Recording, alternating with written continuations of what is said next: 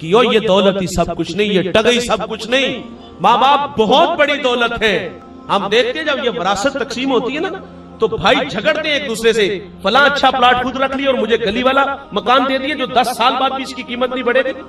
झगड़ा हुआ बच्चों का, भाइयों का, जायदाद पर, विरासत पर। लेकिन जब माँ बाप की बारी आती, बचपन में झगड़ा होता था, माँ मेरी है बाप मेरा है, और वो बड़ा खूबसूरत झगड़ा था। लेकिन काश के ये झगड़ा बुढ़ापे में भी होता कि माँ बाप मेरे पास रहेंगे। लेकिन जब माँ बाप की बारी होती तो तमाशा देखने वाला होता है। हर बेटे की आरजू होती है कि ये किसी और के पास चले जाए, कान में सरगोशियां कर दे। तुम्हें तो पता है मेरे बच्चे ज्यादा है, घर भी छोटा है और मेरे अखराजात भी ज्यादा है। और जालिम बाप के लिए दो जो है वो चार पाई के लिए तेरे पास जगह नहीं, 2 वक्त का खाना देने के लिए तेरे पास पैसे नहीं। और कभी माजी के और आप पलट के देखो, 5 भाई थे आप और वो अकेला कफील था, 8 से 18 घंटे मेहनत करता रहा। उसने ये तो नहीं कहा कि मुझे अपनी जान जोखों में डालने की क्या जरूरत है, 3 को दारुल अमान में छोड़ाता हूं। 8 से 18 घंटे काम किया और हमारे स्टेटस का भी ख्याल रखा। अमीरों के बच्चों के साथ पढ़ते थे और तुम्हें एहसास कम तरीका शिकार भी नहीं होने दिया। तुम्हारी हर जरूरत को पूरा किया, अपनी जान जोखों में डाली, परदेश के धक्के खाए। लेकिन आज हम बड़े हुए तो माँ बाप को घर से निकाल रहे। एक कहता मेरा वालिद खांसता है और मेरे बच्चों की नींद खराब होती है, दूसरे भाई से मिन्नत करते कि इसको अपने घर में ले जाओ। ये है हमारे रवैये।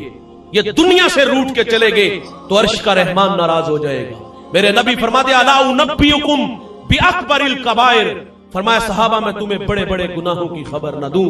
अर्ज किया का इरशाद फरमाइए, फरमाया अल इशराकु बिल्लाह, अल्लाह के साथ किसी को शरीक ठहराना, व अकूकुल वालिदैन, वालिदैन की नाफरमानी करना, व कौलु ज़ूर, झूठी गवाही देना। जवानों बड़े गुनाहों में एक गुनाह माँ बाप की नाफरमानी है। तिरमिज़ी की रवायत, अबू हुरैरा रावी, बाबुल फित्न में यह रवायत मौजूद है।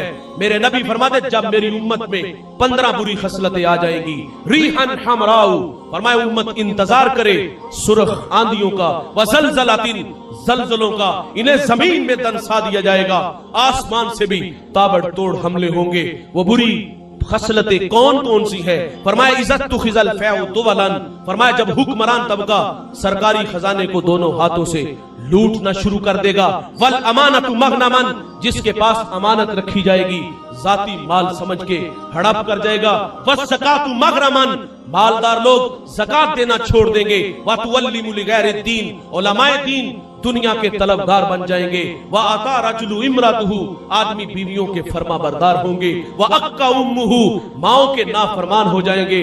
व अदना सदीकहु, दोस्त के साथ हुस्न सुलूक से पेश आएंगे। व अक्सा अबाहु, बाप के साथ बदसलूकी करेंगे। व शुरिबतिल खुमूर, शराबें आम होंगी। इस उम्मत का अव्वल आखिर पे लान तान करेगा। एक सहाबी ने अर्ज किया हुजूर क़यामत कब आएगी, कोई निशानी इरशाद फरमाए। तो मेरे नबी ने फरमाया जब माएं जलील हो जाएगी तो कयामत आ जाएगी। और ये घर घर की कहानी है। मुझे एक बुढ़िया मिली, आंखें बरसती देखी, सवाल किया क्यों रो रही हो, और उसके आंसू थमने को नहीं थे। जब कुछ थोड़े से आंसू थमे तो मुझे फरमा दिया आज बेटे ने मुंह पे थप्पड़ मारा है। मेरा हाथ पकड़ के सर पे रखा, करीब था कि फट जाता। फरमाया जब औलाद नालायक हो जाएगी तो कयामत आ जाएगी। मुझे एक साहिब ने कॉल की, वो कहते हैं मौलाना आपसे एक मशवरा लेना है। मैंने कहा जी हुक्म फरमाए। वो कहता है मेरी माँ जवानी में बेवा हुई और उसने बाद में शादी ना की, मैं अकेला भाई हूँ, कोई बहन भाई नहीं। अब मैं शादीशुदा हूँ और घर में नूह सास का झगड़ा रहता है। और जो मैं देखता हूँ, मेरी समझ में जो बात आई है, माँ का कसूर ज्यादा है और मेरी बीवी का कसूर कम है। अब मुझे आप बताएं कि मैं क्या करूं। मैंने कहा यार तू अकेला है और कोई भाई नहीं, मैं ये नहीं कहूंगा कि आप दूसरे भाई के पास भेज दो या बेटी के पास चली जाए, अगर तू इतना मुसीबत में खुद को समझता है। मैंने कहा अकेला है, खिदमत करो और क्या कहूं। वो चिड़चिड़े हो गए हैं, मैं दर गुजर करो यार। फिर साथ ही मुझे कहता मौलाना मेरे जहन में एक तरकीब आई है। मैंने कहा जी इरशाद फरमाएं। तो वो कहते मेरे जहन में तरकीब ये आई है कि मैं अपनी माँ का निकाह ना कर दूं। मैंने कहा तेरी माँ की उम्र कितनी है? वो कहता है 50 साल। मैंने कहा जालिम जवानी तो तेरे नाम लगा दी। जब निकाह की जरूरत थी, निकाह करना चाहिए था, उसने उस वक्त ना किया। तेरी खातर लोगों के घरों के बर्तन मांजती रही, गंदी नजरों की शिकार होती रही। और आज तू बड़ा हुआ और तू अपनी अय्याशियों के लिए माँ को घर से निकालना चाहता है और जन्नत में भी जाना चाहता है। यह है औलाद के रवैये। फरमाया जब माएं जलील हो जाएगी तो कयामत आ जाएगी। फरमाया ये दोस्त को देखकर बाहें फैलाएंगे, यार आएगा कुंडा खड़काएगा, जहां जी चाहेगा ले जाएगा। बूढ़ी माँ बूढ़ा बाप कह रहा होगा, परवाह नहीं करेंगे। जवानों, इनकी कदर करो और इनकी जिंदगी में करो। मेरे नबी फरमाते जन्नत तुम्हारी माँ के कदमों तले है। और फिर अमल रसूलुल्लाह सल्लल्लाहु अलैहि वसल्लम ने हमें करके भी दिखाया। मुसल्ले पे खड़े हैं, ताहत नजर असहाब है, छम छम आंखें बरसने लगी और कलाम किया सहाबा से। फरमाया सहाबा, काश के आज मैं मोहम्मद की माँ जिंदा होती। साहिब, जिसने दुखों का दौर देखा हो ना, खुशहाली आए तो इंसान आरजू करता है कि आज होते तो मेरे सर पर इज्जत की दस्तार देखते। मेरे दोस्त ने गाड़ी ली, मैंने मुबारकबाद पेश की, छम छम आंखें बरसने लगी। मैंने कहा ये खुशी के आंसू है या माजी की कुछ तलखियां है? उसने कहा एक जमाना था कि मेरी माँ जिंदगी मौत से लड़ने लगी और मेरे पास इतने पैसे नहीं थे कि मैं माँ को गाड़ी पे बिठा के हॉस्पिटल ले जाता। वो कहता माँ को गधा गाड़ी पे बिठाया और माँ रास्ते में ही जिंदगी की बाजी हार गई। वो कहता आज सब कुछ है लेकिन माँ नहीं है। मैं 1997 में किबला साकिब साहब से तालीम हासिल करने गया। मेरी अम्मा की आरज़ू थी कि ये आलिम बने और लोगों को अल्लाह रसूल की बातें सुनाए जिस तरह साकिब साहब सुनाते हैं। 2 साल बाद बुदाई अजल को लब्बैक कह गई, जान जाने आफरीन के सबूत हुई। हम राजी बार रिजा है, जो भी आया है उसने बेलाखर जाना है, लेकिन जाने वाले तड़पाते बड़ा है। वो क्या किसी ने कहा था कि मरने वाले ये बात क्या जाने, जीने वालों पे क्या गुजरती है। अपनों के बगैर जिंदगी बड़ी औखी और बड़ी अधूरी सी रहती है। ये ख्वाब था वो चले गए दुनिया से 2 साल बाद। मैं अल्लाह की तौफीक से पूरे पाकिस्तान में जाता हूँ, इज्जतों से नवाजा गया हूँ, लेकिन आरजू मचलती है काश आज मेरी माँ होती तो ये सर पर इज्जत की दस्तार भी देखती। ये इंसानी फितरत है, इंसान आरजू करता है काश आज मेरे माँ बाप होते। ये मक्की दौर नहीं, मदनी दौर है। यहाँ आदाब की आयतें उतर चुकी हैं, सहाबा कितार अंदर कितार खड़े हैं। हुजूर की आंखें बरसी, अपनी वालिदा याद आ गई। मेरे नबी की उम्र 6 साल थी, अबवा का टीला और सैयदा आमिना बीमार हुई। बुखार तलख था जिसने आपकी जान ले ली। वक्त रुखसत उम्मे ऐमन से कहा कि मेरे बेटे मोहम्मद को बाहिफाजत अमीर कुरैश तक पहुंचा देना। फिर हुजूर को पास बुला लिया। उधर बचपने की मासूमियत, पेशानी में नबूवत का नूर माँ बेटे में खुबसी जाती है। 2-1 बातें की और फिर हमेशा के लिए पहाड़ों में सो गई। फरमाती बेटे कुल्लु हय्यिन मय्यितुन कुल्लु जदीदिन बालिन कुल्लु कबीरिन यफना व आना महततुन व ज़िक्रा बाकिन व वलदतु तोहरा। फरमाया बेटे हर नई चीज ने पुराना, हर बाकी ने फना हो जाना है। फरमाया बेटे मैं भी जा रही हूँ, लेकिन सुनो मेरा जिक्र बाकी रहेगा, वो इसलिए कि मैं तेरे जैसा सोना मोहम्मद छोड़ के जा रही हूँ। सांसों की माला टूट गई, मोती कहीं फिजा में बिखर गए। हुजूर माँ से लिपट के जी भर के रोए। फिर अपने नन्हे नन्हे हाथों से काले पत्थरों की कब्र बनाई, उस पे आंसुओं का छिड़काव किया। जहां तक माँ नजर आती रही, पलट पलट के उन काले पत्थरों वाली कब्र को देखती हैं। उम्मे ऐमन कहती मैं हुजूर को लेके जब पहाड़ से नीचे उतरी तो पीछे पलट के देखा तो हुजूर मेरे साथ नहीं थे। फरमाती मैं दोबारा फिर पहाड़ पे चढ़ी और मेरी आंखें क्या देखती हैं, हुजूर माँ के सराने खड़े हैं और वहां खड़े होकर कह रहे थे अम्मी जी आप तो जानते हो कि मेरा इस दुनिया में आपके सिवा कोई भी नहीं है। आज मुसल्ले पे खड़े हैं, आंखें बरस रही हैं और सहाबा से कलाम है। फरमाया सहाबा काश के आज मैं मोहम्मद की माँ जिंदा होती, मैं तुम्हें नमाज़े इशा पढ़ा रहा होता, उसमें सूरत फातिहा की किरात भी कर चुका होता।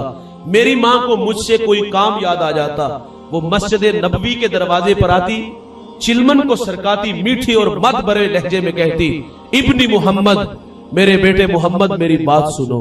हुजूर फरमाते मैं नमाज तोड़ के पहले अपनी माँ की बात को सुनता। दोस्तों वालिदैन की कदर उनकी जिंदगी में करो। ये एक बार आते हैं दोबारा नहीं आएंगे, और अगर ये रूठ के चले गए, जिंदगी से रास्ता मांगोगे, तुम्हें जिंदगी रास्ता नहीं देगी। इनकी कदर क्या है साहिब? माना कि शादी के बाद मोहब्बत तकसीम हो जाती है, लेकिन कुछ लम्हात अपने वालिदैन के लिए जरूर रखो। मेरा कहना कम अज कम यार रोजाना 1 घंटा अपने माँ बाप के लिए रखो। माँ बाप उस वक्त मरते हैं जब औलाद तवज्जो नहीं देती। ये हमारे 500,000 के भूखे नहीं होते, ये हमें गलती लगी है। इन्होंने जिंदगी में बड़ा पैसा कमाया होता है और हमारे पे ही खर्च किया होता है। ये तुम्हारे 500,000 के भूखे नहीं होते, ये तुम्हारे मोहब्बतों के भूखे होते हैं। इन्हें वक्त दिया करो, इनके साथ बैठ के गपशप लगाया करो, इनके पांव दबाया करो, इनसे मशवरा लिया करो। और यार जिस तरह बच्चों को कभी कभी बाहर ले जाती हो ना, कभी कभी अपने वालिद को पुराने दोस्तों से मिलाने ले जाया करो, कभी कभी बाहर से खाना खिला के लाया करो, इनके लिए कपड़े लाया करो, इनके लिए फूल लाया करो। यकीन जानो ये वो रास्ते हैं, ये वो मोहब्बतें हैं। ये बूढ़े मरेंगे नहीं, मरते उस वक्त है जब हम अपने वालिदैन को वक्त और इन्हें इज्जत नहीं देते। इनकी इज्जत कीजिए। और आखिर पे एक दो बात और इंतहाई अहम बात, वालिदैन दुनिया से चले जाए ना तो इंसान आरज़ू जरूर करता है कि यार आज होते तो उनकी खिदमत करते और उनकी खिदमत करके जन्नत हासिल करते। जिस तरह मेरे वालिदैन नहीं, इस मजमे में कुछ साथी होंगे, किसी की वालिदा नहीं होगी, किसी का वालिद नहीं होगा।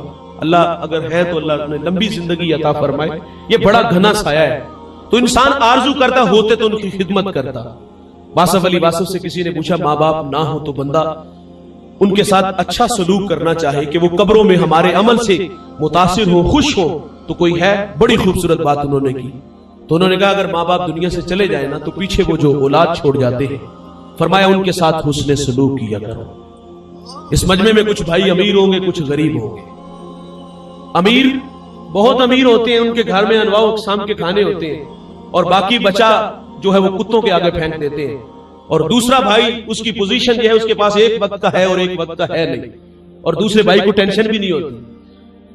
भाईजान अगर चाहते हो माँ बाप कब्रों में आसूदा हो तो आप अपने भाइयों की कफालत अपने कंधों पे ले लो। आप इस मजमे में अगर किसी की बहन गरीब है तो भाई उसका दामन भर दे।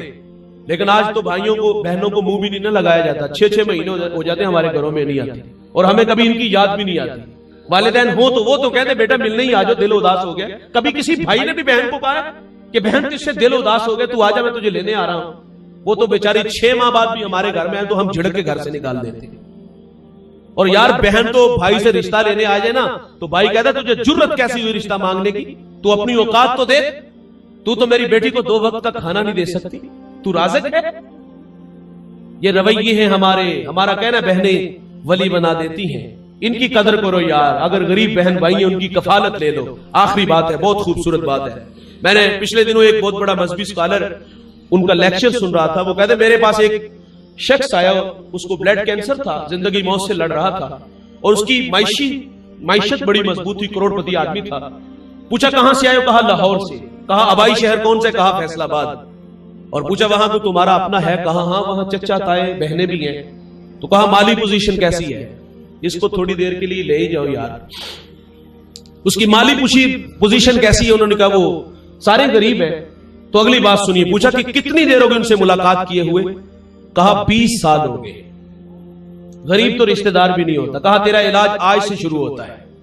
कहा करना क्या? कहा 20 दिन उन लोगों में गुजार किया, भूखों को खाना देना, ब्रहना को लबास देना, प्यासे को पानी पिलाना, भूखे को खाना खिलाना। उसने कहा 20 दिन उनकी खिदमत करनी है, उनकी जिंदगी से कुछ दुख कम करके आने हैं, उन्हें रोजगार देना है। वो 20 दिन बाद वापस आया। कहा अब दोबारा टेस्ट करवाओ। जब दोबारा टेस्ट करवाए तो उसको ब्लड कैंसर नहीं था। भाईजान जहां दवा काम नहीं ना आती वहां दुआएं काम आती हैं।